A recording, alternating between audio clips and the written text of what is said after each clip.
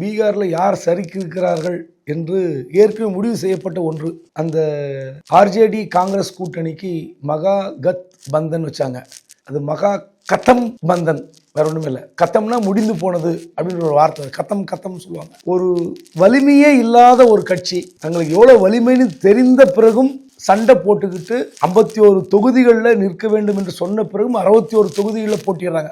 10 தொகுதிகளில் காங்கிரஸுடைய அதிகாரப்பூர்வமற்ற வேட்பாளர்கள் நிறுத்தப்படுகிறார்கள். இப்போ எந்த அளவுக்கு காங்கிரஸ் கட்சி பலவீனமாக இருக்கிறது? உங்களால் தேஜஸ்விக்கு என்ன பலன்? ஏற்கனவே கடந்த முறை 70 இடங்களுக்கு மேல் பெற்று அந்த கட்சியை நாசம் பண்ணீங்க, ஆர்ஜேடியை.